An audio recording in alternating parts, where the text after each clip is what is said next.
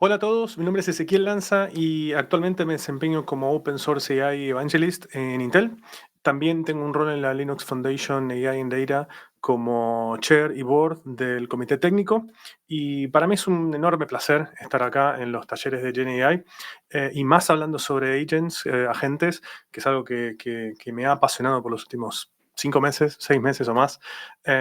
Así que vamos directo a la presentación.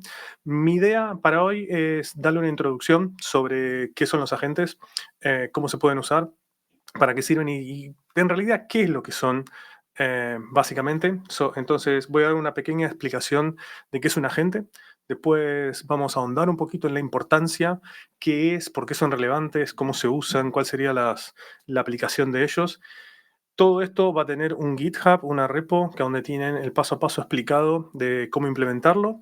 Y también al final vamos a hacer un caso de uso, un generador de fiestas, que es un poco el caso de uso un poco más simpático, que es, vamos a tener una aplicación que va a tener múltiples agentes y nos van a generar la fiesta ideal para nosotros. Pero bueno, eso es lo que vamos a ver en el próximo video, donde vamos a explicar paso a paso y vamos a poner un poquito las manos en la masa. Y hablando de manos en la masa, para explicar qué son los agentes y cómo generalmente me encanta o me gusta explicar es usando algún tipo de analogía, y más si es sobre comida o sobre pizzas. Si no comieron o si no tuvieron su almuerzo o cena en el lugar donde están, esto probablemente les dé hambre, pero, pero bueno. Entonces, vayamos a la parte de la pizza y cómo podemos analizar o cómo podemos compararlo con un agente. Supongamos que uno quiere ir a un restaurante, a un bar, y quiere pedir una pizza. Esa pizza va a ir a un chef, ¿sí? Supongamos que el chef es realmente el agente. Entonces, el chef va a recibir eso y nos va a dar una pizza.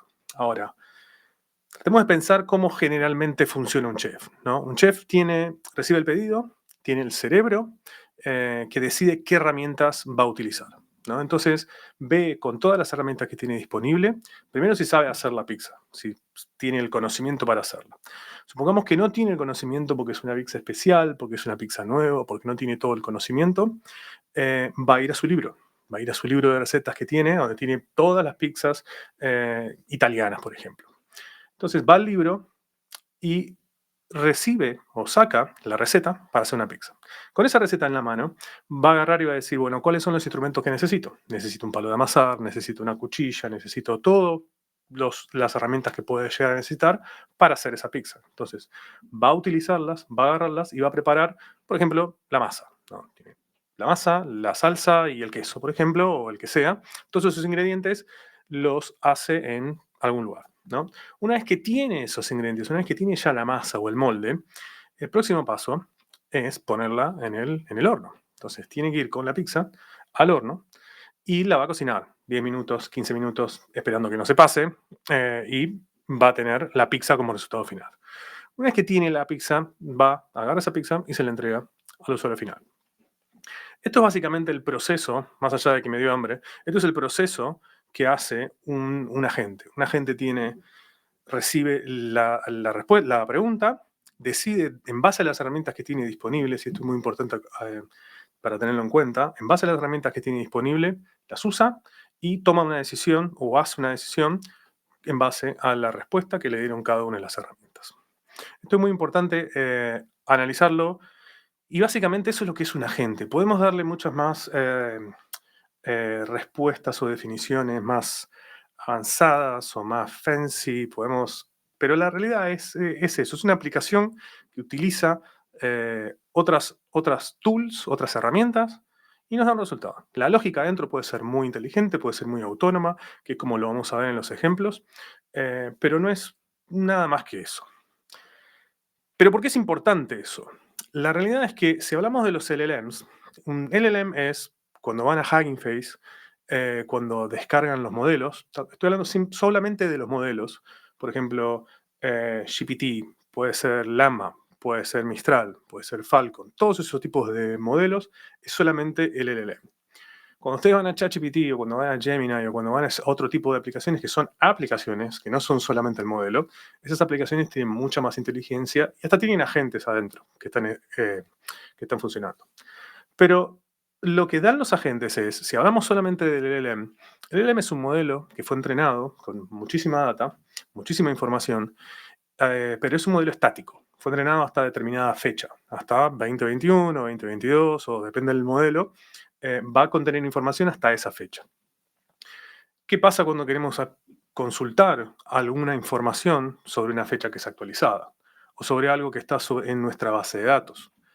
El primer avance que se hizo fue RAG, que es Retrieval Augmented Generation, que básicamente lo que hace es, uno puede insertar documentos en una base de datos vectorial, hay una manera en la que se guardan esos vectores y antes de hacer la pregunta al LLM, hay un mecanismo que se llama de búsqueda por similaridad, que en realidad yo le hago una pregunta a la aplicación o al chatbot, ese mecanismo va a ir a buscar a la base de datos los documentos más similares que tienen información sobre mi pregunta, va a crear un nuevo prompt y ese prompt es el que efectivamente va a ir al LLM para que me pueda responder la llamada, la consulta. Básicamente lo que estamos haciendo es un prompt engineering un poco más avanzado y es básicamente eso, ¿no?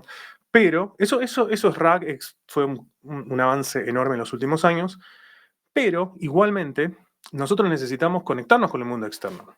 Si yo quiero saber cuál es el resultado del partido de ayer de un determinado deporte, el LLM claramente que no lo sabe porque fue entrenado hasta una determinada fecha, necesito algo, una herramienta que vaya a Internet, que se conecte, que extraiga esa información y que se la dé al LLM como prompt y que el y que el LLM me pueda responder.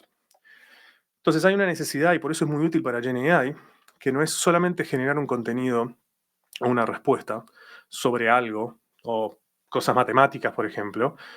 Yo quiero que se conecte con el mundo exterior. Yo quiero que se conecte con mi base de datos o con mi Outlook, por ejemplo, y que me dé una respuesta sobre mis mails o que me diga alguna información que se conecte con el mundo exterior. Entonces, cuando empezamos a conectarnos con el mundo exterior, es cuando realmente empezamos a sacar el valor a los modelos, a los LLMs y a todo lo que es GenAI, ¿no? El próximo paso es activar automatizaciones. Quiero que ejecute tareas. No quiero solamente que me diga cómo salió el partido de ayer. Yo quiero que me diga cómo salió el partido de ayer y que en base a esa información me genere un post o me genere algo y esa herramienta la que va a poder ejecutar un tipo de tarea.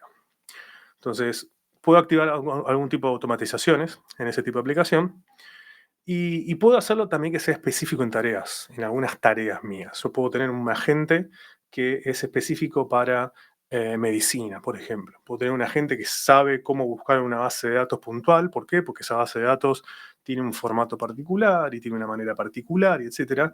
Y la aplicación con el LLM no tengo por qué saber cómo conectarme con esa base de datos, entonces tengo un agente que la gente sí sabe, es especializado para eso, y me va a dar la información a la aplicación que necesita. Después termina resolviendo un LLM al final, que es el que tiene el cerebro o la capacidad de interpretar la información que se le da y darte una respuesta. Sin la necesidad que tenga el contexto, sin la necesidad que sea entrenado en eso, el LLM, y eso es algo que en los últimos años se avanzó muchísimo, no tengo que reentrenar el modelo. En algunos casos sí, después podemos hablar y discutir en qué casos se conviene reentrenar el modelo, en qué casos no, pero en muchos casos, usando el mismo razonamiento, el poder de razonamiento que tienen los LLMs, puedo hacer que funcione perfectamente con esto. Entonces, pensando en esto, podemos pensar en 4 partes que tiene un agente. La primera es la interfaz de entrada, tiene que recibir esa información, tiene que recibir esa pregunta y tiene que tener el segundo paso, tiene que tener una toma de decisiones de qué hace. Si recibe una pregunta sobre el clima, voy a usar el agente del clima para que me extraiga la información del clima, me la dé y yo lo pueda responder. Entonces, eso parece algo muy loco, muy avanzado, pero la realidad es que hay bastante parte manual en cómo se define qué hacer en cada uno de los partes. Después, el ejecutor o las acciones, que va muy de la mano con las herramientas. ¿Qué hago cuando tengo esa información? ¿Qué hago cuando recibo esa información? ¿A qué herramienta voy a ir a recurrir? Por ejemplo, Las herramientas son algo muy importante, o las tools, que es como se llama en la bibliografía, que es herramientas que me conectan con el mundo exterior, herramientas que me conectan con un Excel, herramientas que me conectan con un Word, etcétera, etcétera, etcétera. Esas son las 4 principales partes que tiene un agente y que van a ser la base de todo lo que hagamos en este taller.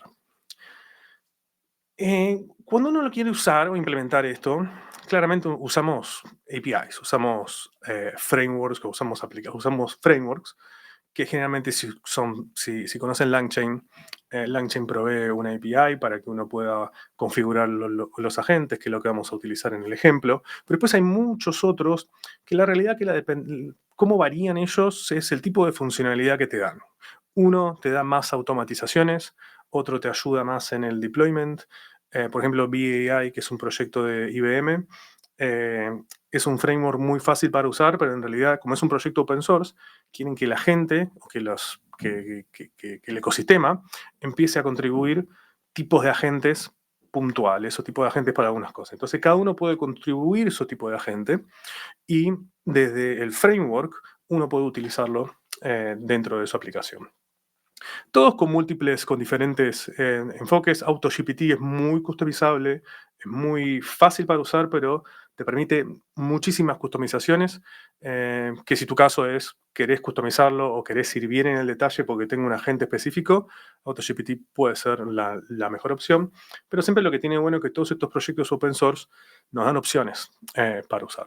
Y para terminar, tenemos un proyecto que es Open Platform for Enterprise AI, que es OPIA, que básicamente cuando uno trabaja en un Jupyter Notebook, uno trabaja en un script, pero cuando uno va a hacer el deployment de esas aplicaciones, ya uno tiene que empezar a pensar en herramientas como microservicios, como Cloud Native, como cómo escalo este LLM, cómo escalo este agente, cómo me aseguro de la disponibilidad. Ya esos tipos de problemas que son más relacionados con el deployment son los que la plataforma esta soluciona. Open Platform for Enterprise es containers, basado en containers, en microservicios. Entonces, una tool puede ser un microservicio, o el LLM puede ser otro microservicio, y eso lo bajo y lo instalo en una aplicación de Kubernetes, etc. ¿no? Entonces, mucho más avanzado y mucho más pegado con el deployment. ¿no? Entonces, en el próximo video lo que vamos a ver es la repo. Vamos a empezar a hacer un poquito de código, empezar un poquito a poner las manos y embarrarnos un poco. Básicamente son 3 partes. Una introducción. El notebook es muy educacional. Hay muchas cosas que quizás uno no las va a hacer de esa manera. Están hechas de esa manera a propósito para que uno entienda cómo funciona un agente. Vamos a usar una calculadora, vamos a usar un agente que se conecte a Internet, vamos a usar múltiples agentes. Vamos a crear el planificador de fiestas que les comentaba antes. La aplicación es un poco compleja porque es muy larga, pero lo que voy a hacer es voy a ir paso a paso explicando qué hace cada una de esas cosas para tener su planificador de fiestas. Y el bonus es este proyecto que le comenté antes, OPA, si bien no lo voy a estar implementando porque generalmente se necesita un ambiente con Kubernetes, Docker, y quizás ustedes no tienen acceso, porque la verdad que no es muy fácil acceder a un terrible clúster de Kubernetes para ese caso, pero se los dejo acaso por si quieren verlo, por si quieren usarlo, que es un proyecto que está muy bueno si están trabajando en alguna empresa y etcétera. Si me quieren encontrar, estoy acá, conéctenme, no sean vergonzosos, básicamente estoy en LinkedIn, también hago un poco de Twitter, pero estoy básicamente en LinkedIn, y ahí está el código QR de la repo que vamos a estar utilizando, y espero verlos en el próximo video, donde vamos a estar poniendo las manos en el código. Los veo pronto.